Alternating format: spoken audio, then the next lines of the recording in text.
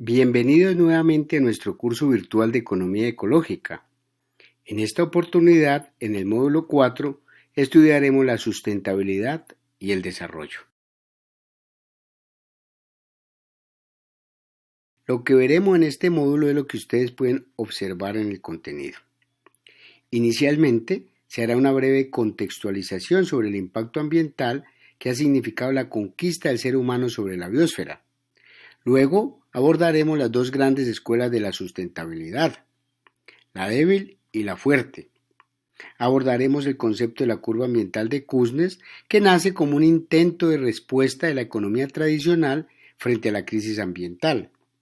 Acá igualmente abordaremos dos temas adicionales de interés de la macroeconomía ambiental: la desmaterialización de las economías y el decrecimiento.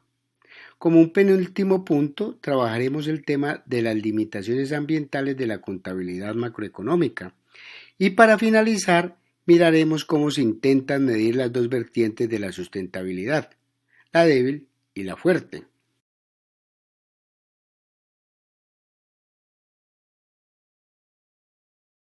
El desarrollo social, cultural y económico alcanzado por la especie humana ha implicado un fuerte impacto sobre la biosfera.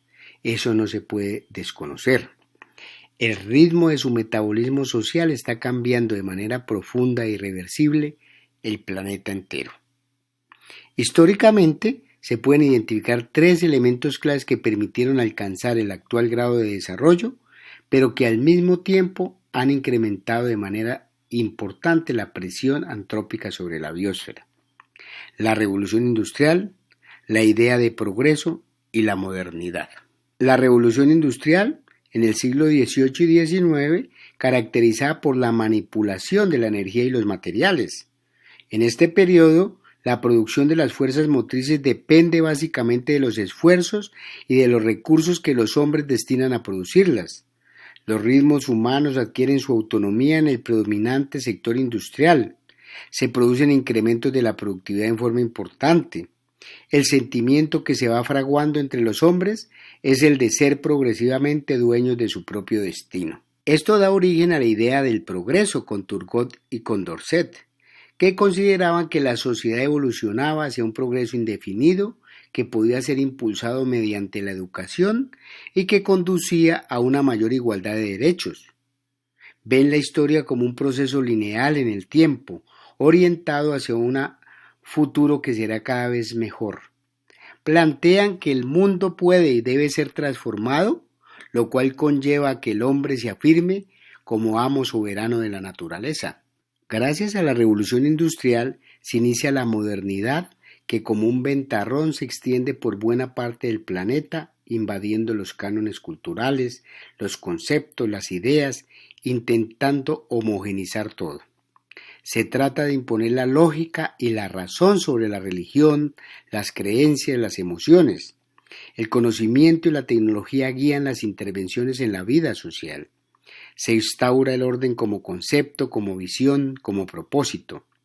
Todo ello transforma la estructura económica, social y política de la sociedad. Sin embargo, la construcción de un sistema social que giraba en torno al progreso y la modernidad tiene resultados prácticos que se manifiestan en el aumento del consumo, de la producción y de la población, y con ello se difunden los valores éticos del capitalismo: el consumismo, el progreso, el individualismo y el crecimiento económico.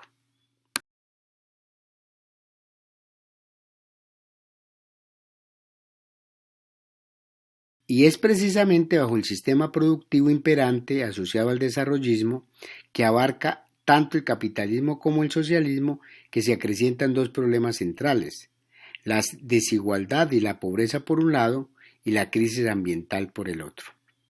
La crisis ambiental se hace evidente con los desórdenes del clima, el deshielo de los nevados, la fuerte contaminación de los recursos naturales esenciales para la vida y, por supuesto, con el agotamiento de nuestras fuentes de energía como el petróleo, la pérdida de biodiversidad y la deforestación. Esta situación nos muestra dos realidades irrefutables: la existencia de límites naturales asociados a la capacidad de soporte y asimilación de la naturaleza, hecho que impulsa el desarrollo sustentable como un nuevo paradigma. Y el otro elemento importante que muestra la necesidad de respetar las reglas y leyes de la naturaleza.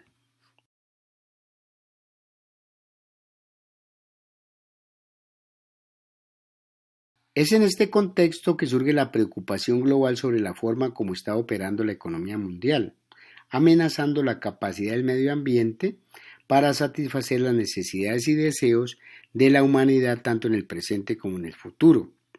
Ello da origen al desarrollo de un importante número de eventos de carácter mundial preocupados por la crisis ambiental, siendo el último de ellos la Conferencia de las Naciones Unidas, conocida como Río+20 en 2012. Es necesario destacar dentro de estos eventos la Comisión Mundial sobre Ambiente y Desarrollo de 1993, que produce el documento Nuestro Futuro Común o Informe Brundtland, por la primera ministra noruega que lo precedió y que dio origen al término desarrollo sostenible en 1997, entendiendo este como el desarrollo que satisface necesidades del presente sin comprometer la capacidad de las generaciones futuras de satisfacer sus propias necesidades. Es necesario destacar que este concepto ha conquistado un espacio sociolingüístico sin precedentes, logrando un amplio apoyo político para la elaboración de estrategias de desarrollo ecocompatibles.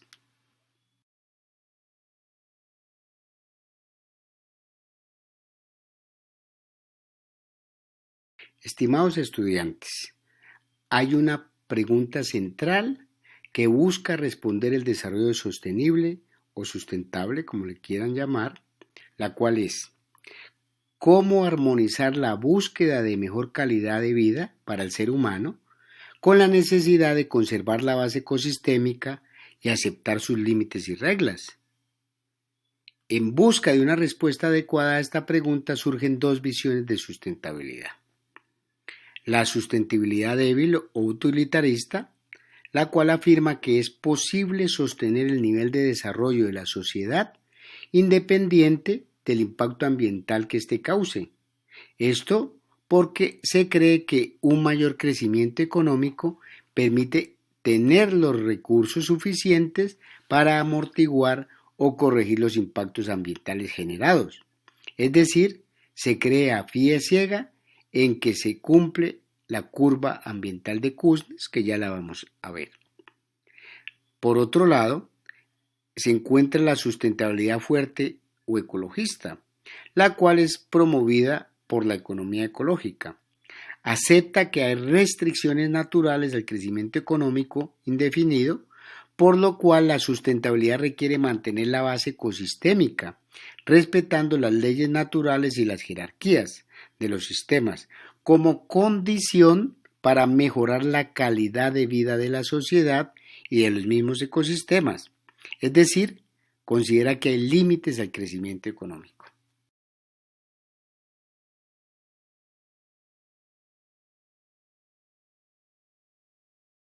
En esta diapositiva se observan gráficamente los dos conceptos.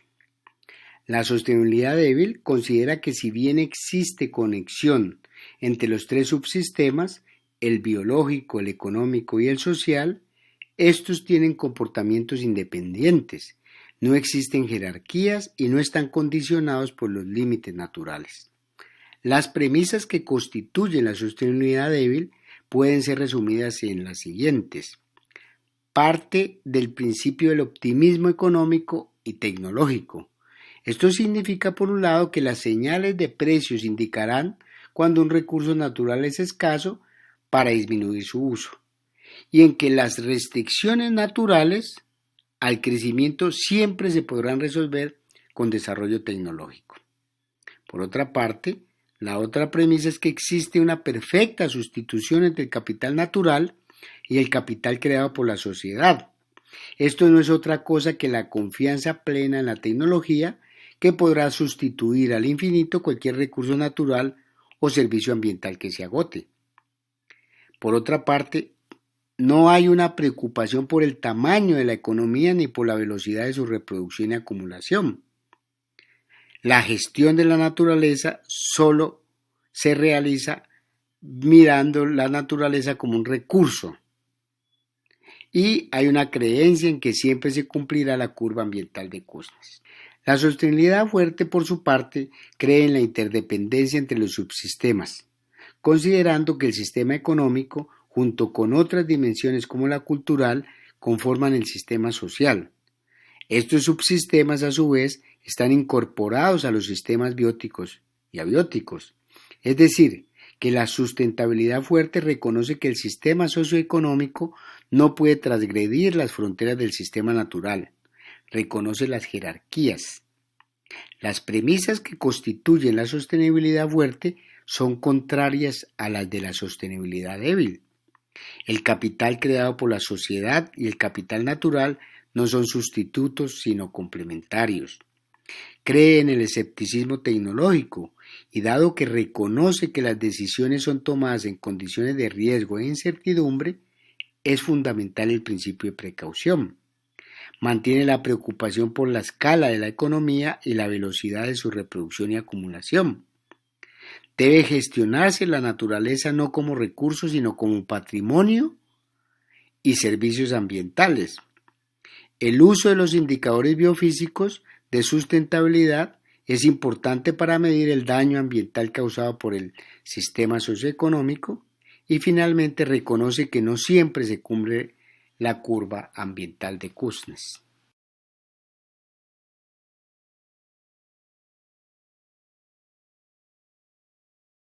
Pero a todas estas, estimados estudiantes, no sabemos qué es la curva ambiental de Kuznets. La curva ambiental de Kuznets es una curva en forma de U invertida, que señala que a medida que aumenta el ingreso per cápita, en un inicio se aumenta el consumo y la contaminación, pero que llega a un punto de umbral que produce un fenómeno contrario. A medida que se aumenta el ingreso, se mejora la calidad ambiental. Para estos, la mejor política ambiental es el crecimiento económico. La razón por la que se le conoce a esta relación como curva ambiental de Kuznets se debe a que fue el término que adoptaron en 1990 algunos economistas al encontrar la similitud con la hipótesis planteada por el economista Kuznets en 1960, que relacionaba el crecimiento económico con la desigualdad social.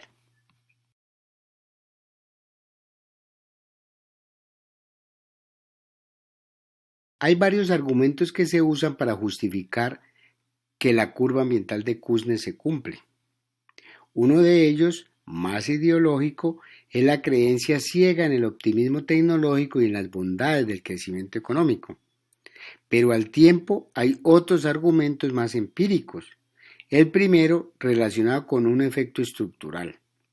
A medida que las economías crecen, el sector servicios crece con ellas, siendo este sector menos impactante ambientalmente.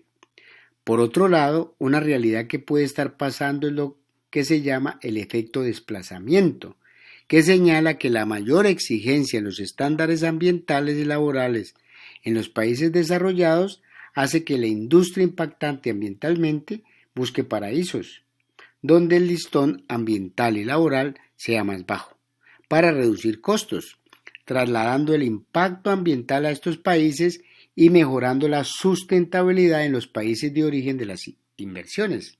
Sin embargo, este será un argumento que resulte en contra de la sustentabilidad débil, pues en términos globales lo que interesa es la sustentabilidad planetaria y a gran escala. Pero igualmente surge otra crítica importante frente a los defensores de las tecnologías y el crecimiento económico, denominado el efecto rebote o paradoja de Jevons. Esta afirma que a medida que el desarrollo tecnológico permite usar un recurso de manera más eficiente, el consumo de dicho recurso aumenta en vez de disminuir, por lo que al final el verdadero efecto a gran escala es igual o peor, tanto en términos de contaminación como de consumo de recursos.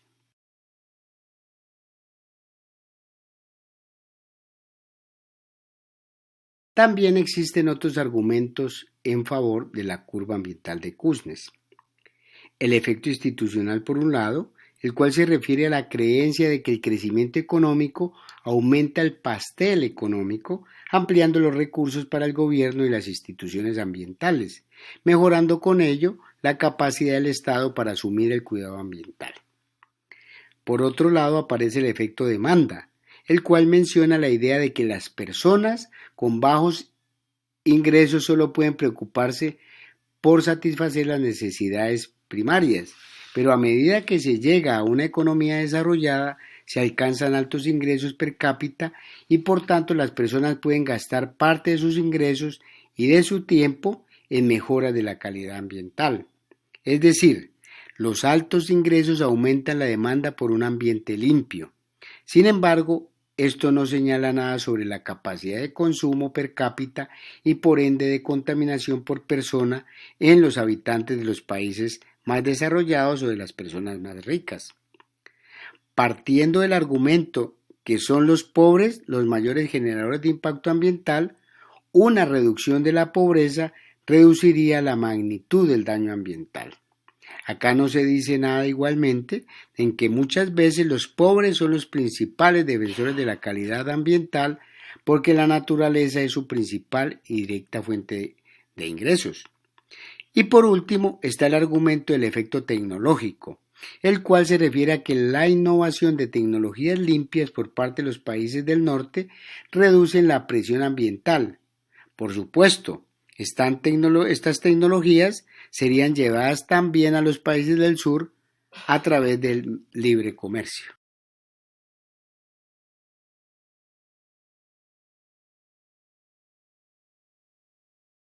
Sin embargo, existen también muchos argumentos en contra de la curva ambiental de Kuznets. En primer lugar, en la mayoría de países los sectores más contaminantes son los que más aportan al crecimiento económico, como es el caso del sector minero energético en América Latina y el mismo sector industrial. Incluso dentro del sector servicios está el turismo y el transporte, grandes aportantes a la contaminación y al uso intensivo de recursos naturales y servicios ambientales. Otro argumento que se usa también es el peligro de caer en el denominado fenómeno de punto muerto, donde el costo de protección es mayor a los recursos adicionales generados por el crecimiento económico. El tercer argumento está muy relacionado con el punto anterior y hace referencia a la irreversibilidad de los daños ambientales. Es decir, el crecimiento económico nos puede llevar a un punto donde aunque se tengan mayores ingresos, tanto para gobiernos como para individuos, es irrelevante ya que en muchos casos el daño ambiental es irreversible. Esto puede pasar también con proyectos de desarrollo en zonas estratégicas ambientalmente como los páramos, los humedales, los manglares. Por su parte, como veremos en la siguiente diapositiva, la evidencia empírica muestra que la curva ambiental de Kuznets no se cumple en muchas ocasiones ni para países ni para muchos contaminantes. El quinto argumento parte de que en un mundo finito, lo importante no solo son los efectos relativos o puntuales, sino los absolutos y globales. Un sexto argumento asociado a la teoría del ecologismo de los pobres del profesor Martínez Alier nos indica que dado que los pobres, campesinos y comunidades étnicas utilizan el ambiente como su principal medio de vida y existencia, incluso como depositario importantísimo de valor espiritual, los pobres se convierten en los principales defensores de la conservación y mantenimiento de las reservas ecosistémicas y de sus servicios. Son ambientalistas sin saberlo. Finalmente, un argumento adicional es lo ya visto en la diapositiva anterior sobre el traslado de las cargas ambientales vía el comercio internacional y las inversiones a lugares donde los estándares ambientales son menores. El comercio internacional en esta perspectiva se convierte en un vector ambiental, igual al aire y al agua, que traslada las cargas ambientales de un sitio a otro, en este caso de un país a otro. Con ello se traslada la insostenibilidad entre países. Así, la presión sobre los recursos naturales en realidad no desaparece, sino que es trasladada mediante el comercio internacional a otros países con menor poder político.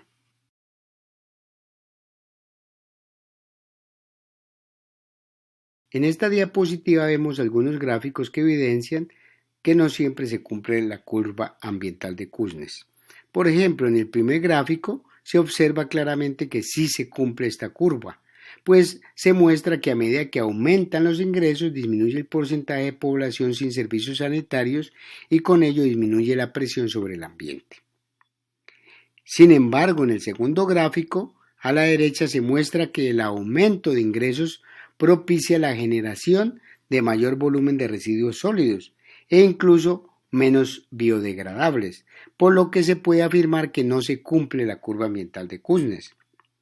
En la gráfica que pertenece a las emisiones de CO2 abajo, se evidencia que al ser este un contaminante con efecto más global y a largo plazo, y cuyo proceso de reducción es más complicado, no se cumple la curva ambiental de Kuznets, pues a medida que aumenta el ingreso se incrementan las emisiones de CO2 por persona año.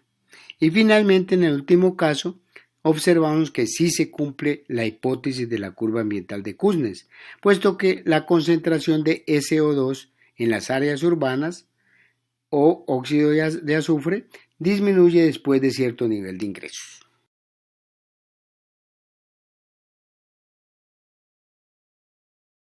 Acá hay otra gráfica que muestra poca relación entre el aumento del nivel de ingresos y la contaminación. En este caso hablamos del DPO y el CO2 al aire desde los combustibles fósiles y para el caso de Austria. En esta gráfica no hay evidencia ni a favor ni en contra con relación a la hipótesis de la curva ambiental de Kuznets.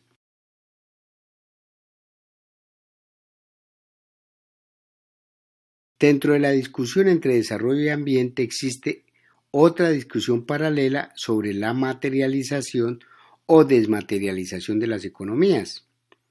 Una economía que se desmaterialice es una economía que tiende a la sustentabilidad.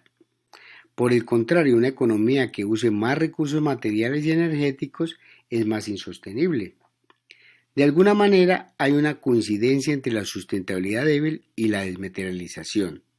Para esto es suficientemente importante que haya desmaterialización relativa de las economías, es decir, que haya una disminución de la cantidad de recursos naturales usados por unidad de PIB. Esto conduce al desarrollo sostenible. Por el contrario, los adscritos a la sustentabilidad fuerte, dentro de ellos la economía ecológica, consideran que eso es importante pero no suficiente para conducir hacia la sustentabilidad, puesto que al fin y al cabo la presión sobre la naturaleza la da la cantidad total de recursos materiales y energéticos usados por la economía, es decir, el absoluto.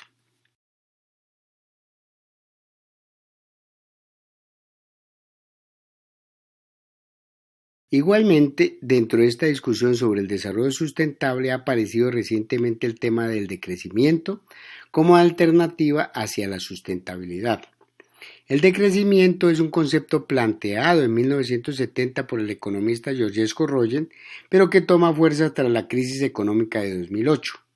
El movimiento en pro del decrecimiento tiene como finalidad cuestionar la obsesión de la política económica por el crecimiento y, en segundo lugar, potenciar alternativas sociales y ecológicas. A nivel internacional se han realizado 4 diferentes congresos y eventos que promueven el decrecimiento y la equidad social. Aquí vemos 2 de ellos. El primero, realizado en abril de 2008 en París, que se denominó Decrecimiento económico para la sustentabilidad ecológica y la equidad social. Y el segundo gran evento internacional se produjo en la ciudad de Barcelona en 2010.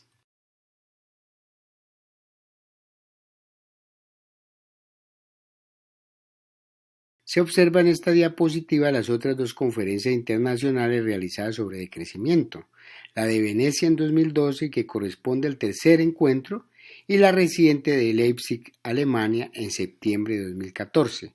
Sin embargo, en algunos medios se dice que esto es una discusión del mundo sobredesarrollado y no de América Latina.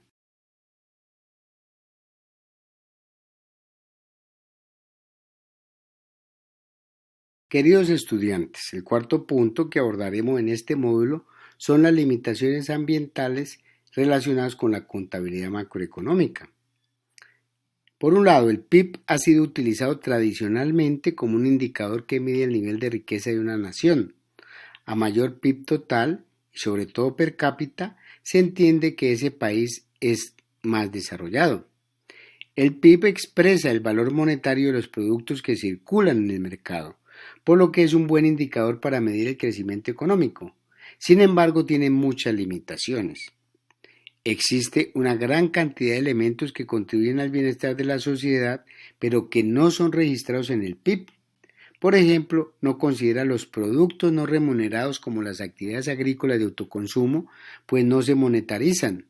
Igualmente, no considera el trabajo doméstico, lo cual además implica un sesgo de género importante, porque la mayor parte de este trabajo es hecho por las mujeres. Pero por otra parte, tampoco refleja la distribución del ingreso. Digamos, el PIB es un buen indicador de crecimiento económico, pero no de desarrollo. Pero además, en términos ambientales, no incluye la amortización del patrimonio ambiental, es decir, la pérdida de biodiversidad y los servicios gratuitos prestados por los ecosistemas. Pero además incluye los denominados gastos defensivos y compensatorios como positivos, es decir, generadores de riqueza y bienestar. En la siguiente diapositiva profundizaremos sobre esto.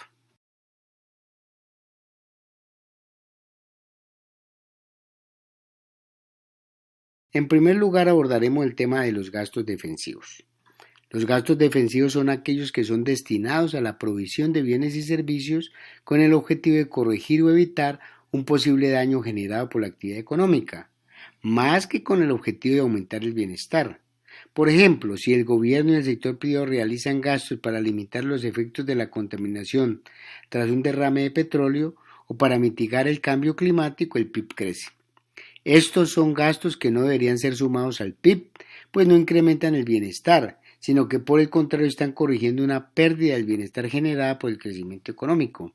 Es decir, que se deberían restar. La crítica ecológica a la contabilidad macroeconómica tradicional es que se está incluyendo la contabilidad de los bienes, pero no de los males, y que además en el caso de la inclusión de gastos defensivos es como si los males se contaran como bienes, es decir, se sumaran a la producción.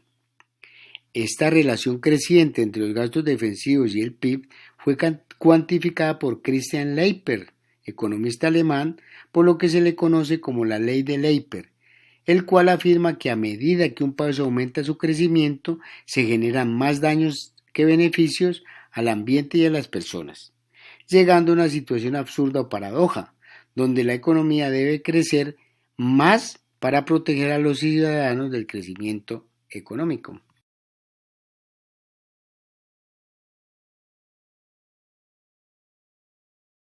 Por su parte, la ausencia de amortización del patrimonio natural es otra de las limitaciones ambientales de la contabilidad macroeconómica.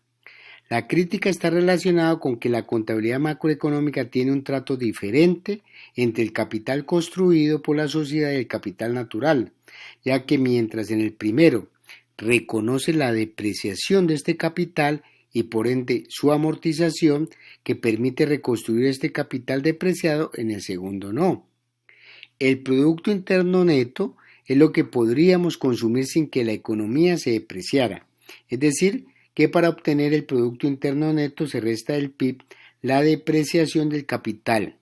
Sin embargo, esta depreciación solo toma en cuenta el capital construido socialmente, pasando por alto la pérdida del patrimonio natural.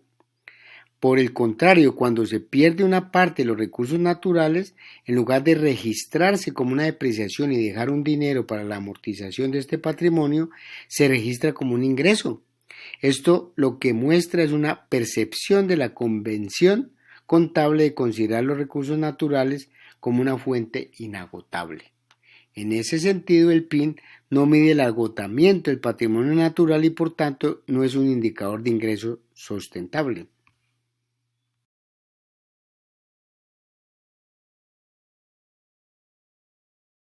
Por esta razón se han planteado varias opciones de PIB sostenibles o sustentables, como los siguientes. El primero, el PIB verde o PIB ecológicamente corregido del economista egipcio El Serafi en 1975. Este planteaba la idea de entender el medio ambiente como un capital natural que requiere ser amortizado y cuyo uso implica un costo por su desgaste. El Serafi consideraba la naturaleza como parte del capital y propone la corrección contable, por lo que plantea amortizar el capital ambiental cuando éste es renovable. Para el caso de los recursos no renovables, sugiere que su explotación debe generar un flujo perpetuo de ingresos que deben invertirse para reponer el capital natural. A esta idea se le conoce como sembrar petróleo. La segunda propuesta para incluir lo ambiental en la contabilidad nacional corresponde al ingreso nacional sustentable del economista holandés Ruffy Huttin, la cual se basa en la definición de sustentabilidad del informe Brundtland, estableciendo que las correcciones a la contabilidad nacional deben estar dadas mediante la inclusión de las funciones ambientales dañadas. Es decir, que el ingreso nacional sustentable sería el PIB menos el costo de las pérdidas de las funciones ambientales. Como los daños de estas funciones ambientales pueden valorarse, esto se descontaría del PIB. La tercera propuesta es el enfoque de las cuentas satélites ambientales de las Naciones Unidas. Estas cuentas buscan medir el stock de los recursos naturales en unidades físicas, independientemente de los indicadores monetarios. Estas cuentas sirven como complemento de la contabilidad macroeconómica habitual.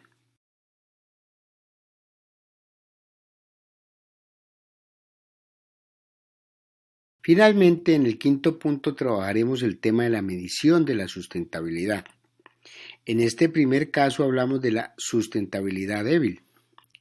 Para este concepto, la sustentabilidad radica en mantener constante en el tiempo el capital total.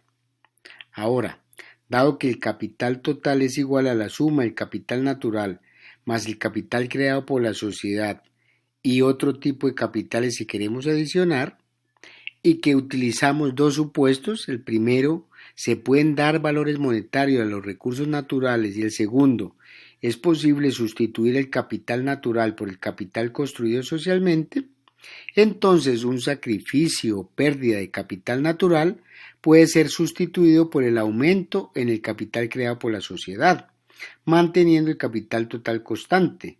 Así existiría la sostenibilidad. Obviamente que esta perfecta sustitución entre capital creado por la sociedad y capital natural está soportada en el optimismo tecnológico. En este marco se construye el método para medir la sostenibilidad de una economía. En ese sentido, una economía es sustentable si el ahorro total, ST, permite recuperar la depreciación del capital natural más la depreciación creada por la sociedad.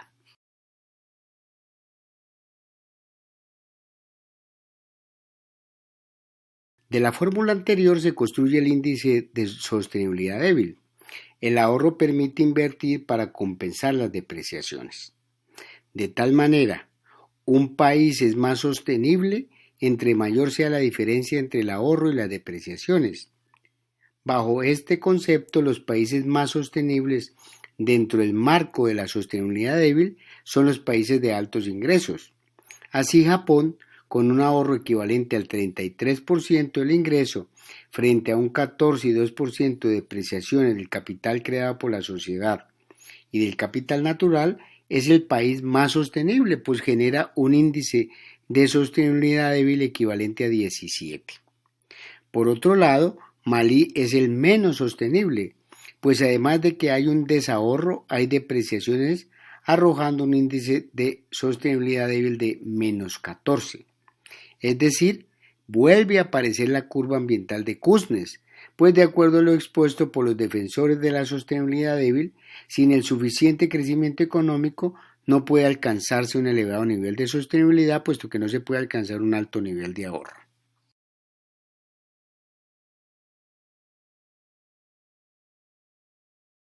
De manera obvia, a esta forma de medir la sustentabilidad desde el punto de vista débil le surgen muchas críticas ecológicas, las cuales las sintetizamos en las siguientes.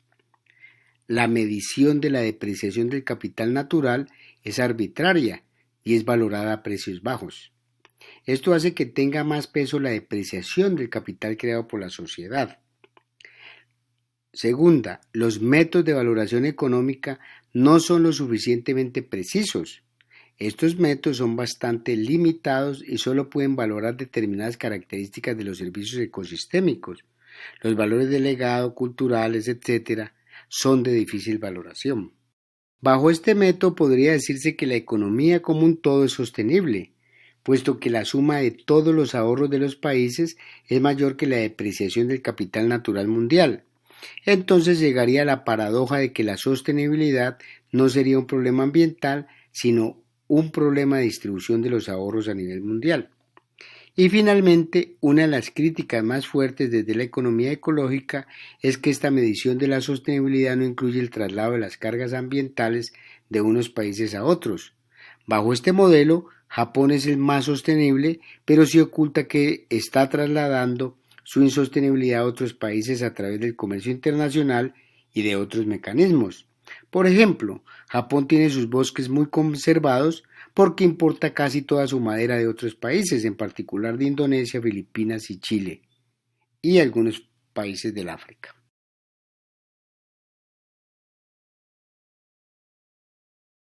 Medición de la sostenibilidad fuerte. Recordemos que este enfoque parte de que la biosfera debe ser capaz de mantener una capacidad de soporte y operación de las funciones ambientales para la sociedad y los ecosistemas. Por tanto, plantea que las condiciones mínimas para la sostenibilidad es el sostenimiento del capital natural. En este caso, el capital natural está compuesto por el capital natural crítico y el capital natural no crítico, entendiéndose el concepto de capital natural crítico como el capital natural para el cual las posibilidades de reemplazo son cercanas a cero, de lo cual se deduce que mucha parte del capital natural no puede ser sustituido por el capital construido por la sociedad, y este es el capital que debe preservarse. Así, la sostenibilidad desde el enfoque fuerte se define como la capacidad de la economía humana de mantener el capital natural crítico operando y funcionando. Para este enfoque, el capital construido socialmente y el capital natural no son sustitutos, sino complementarios, lo cual hace importante dirigir la mirada a la pérdida de ecosistemas y al daño ambiental en general.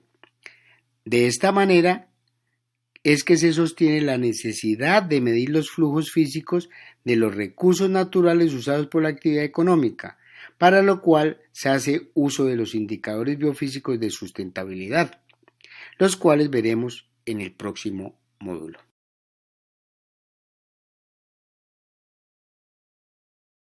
Con esto, estimados estudiantes, hemos terminado este módulo. Muchas gracias por su atención y nos vemos en el siguiente.